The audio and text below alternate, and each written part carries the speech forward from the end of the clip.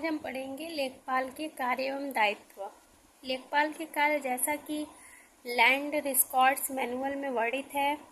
तहसीलदार निर्धारित की गई तिथि पर प्रत्येक मास में लेखपाल तहसील में उपस्थित होंगे। तहसीलदार द्वारा निर्धारित की गई तिथि पर मतलब लेखपाल कब उपस्थित होते हैं, हम इसको समझेंगे। लेखपाल जो है तहसीलदार द्वारा निर्धारित की गई तिथि पर प्रत्येक महीने में लेखपाल तहसील में उपस्थित होंगे। तहसील में उपस्थिति के अवसर पर लेखपाल संक्राम्य अधिकारी वाले भूमिधर द्वारा अंतरित किए गए सभी अविवादित मामलों और समर्पण मामलों की रिपोर्ट रजिस्ट्रार कानूनों को देंगे। तो अब हम चलते हैं तीसरे पॉइंट पे। तीसरा पॉइंट क्या है?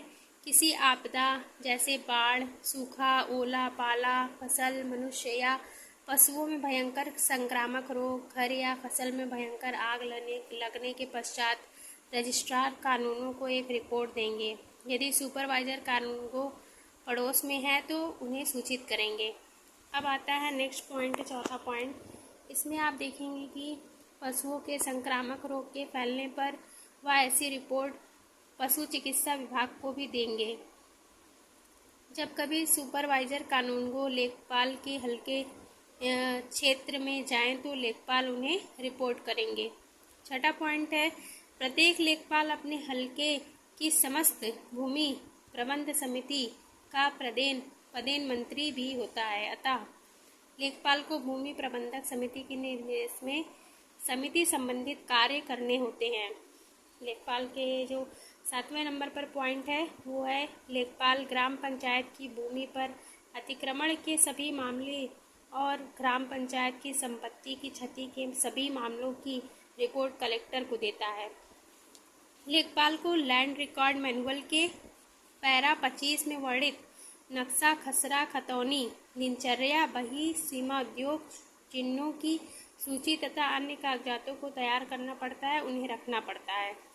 तो हमने क्या समझा कि लेखपाल के कितने कार्य होते हैं, किस तरीके से वो उपस्थित होते हैं, उन्हें क्या क्या कार्य करने होते हैं।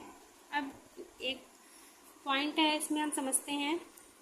लेखपाल के पास उसके अधिकार क्षेत्र के गांव के खेती संबंधी कागजात रहते हैं। मतलब लेखपाल के पास क्या होते हैं, गांव के संबंधित सभी कागजात रहते हैं, जिन्हें भी भू अभिलेख कहते हैं, यानी कि लैंड रिकॉर्ड कहते हैं। उनके पास क्या होते हैं, पूरे गांव के लैंड रिकॉर्ड होते हैं। यदि कोई किसान अपनी ज़मीन के संदर्भ में कोई जानकारी चाहता है तो लेखपाल सरकारी शुल्क लेकर उसको जानकारी उपलब्ध कराता है। यानी अगर हमें किसी चीज़ की जानकारी ज़मीन से संबंधित, गांव की खेती से संबंधित कोई भी जानकारी चाहिए तो वो लेखपाल के पास होता है, जिसको कि वो अपनी जानकारी शुल्क देकर ले सकता है।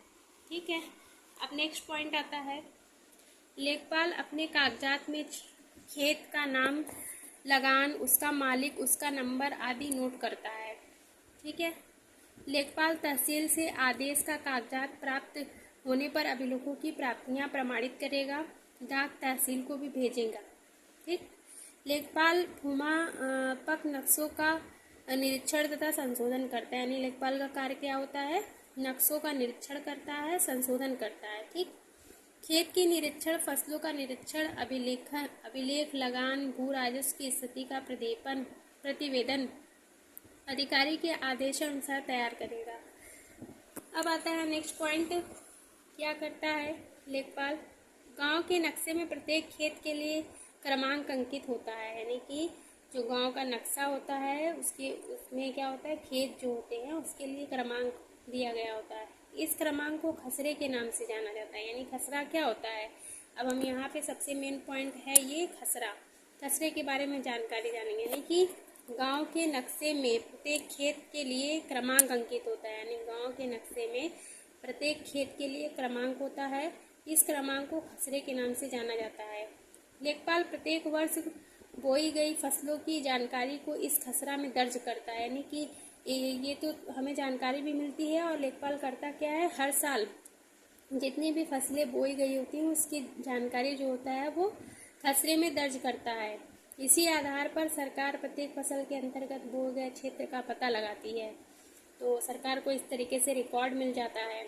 अब नेक्स्ट है, अपने हल्के के ग्रामों के लिए खतौनी मौजावर बीट तैयार करता है। लेखपाल के पास प्रत्येक गांव का नक्शा होता है। इस नक्शे में गांव के खेत, रास्ते, सड़क, नदी, तालाब, बाजार, मकान आदि अंकित होते हैं। इस नक्शे में खेत का क्षेत्रफल दिया होता है, उसी में उसका नंबर लिखा होता है। खेत के नंबर की मदद से खेत को पहचानने में आसानी होती है। लेखपाल का कर्तव्य है कि वह प्रत्येक वर्ष खेतों की नाप करे तथा कमी बेसी को भी नक्शे में अंकित करे। लेखपाल का दूसरा कार्य आप देख सकते हैं कुछ पॉइंट्स में। किसान के स्वामित्व की समस्त कृषि भूमि का वितरण एक रजिस्टर में एक ही स्थान पर खाते के रूप में लिखा जाता है। इसे जमाबंदी कहते हैं। अब हमारे पास एक नया और पॉइंट आया है, क्या नाम है इसका? जमाबंदी क्या होता है? यानी कि किसान के स्वामित्व की समस्त कृषि भूमि का वितरण एक रजिस्टर में एक ही स्थान पर खाते के रूप में लिखा जाता है। यानी किसान का जो उसका मालिक होता है, जिस खेत का, जिस कृषि भूमि का, उसका एक रजिस्टर होता है और वो उसका मालिक होता है। रजिस्टर में एक ही स्थान पर खाते में लिखा जाता है, उसे ही जमाबंदी कहते हैं। यानी कि ऐसे समझेंगे कि एक किसान है, उसका खेत है, वो कितने खेत का मालिक है, उसका रिकॉर्ड एक ही स्थान पर रजिस्टर में अंकित होता है, उसे जमाबंदी कहते हैं। इसकी दो प्रतियां तैयार की जाती है, जिसकी एक प्रति तहसील कार्यालय में तथा दूसरी प्रति संबंधित लेखपाल के पास रहती है। प्रत्येक 4 वर्ष में जमाबंदी का नवीनीकरण किया जाता है। 4 साल बाद क्या होता है, यानी इस रजिस्टर का जो रिकॉर्ड होता है उसका फिर से नवीनीकरण किया जाता है। इन 4 वर्षों में किन्हीं कारणों से किसान के स्वामित्व की भूमि में कोई परिवर्तन हुआ है तो उसे लेखपाल द्वारा जमाबंदी रजिस्टर में लिख लिया जाता है।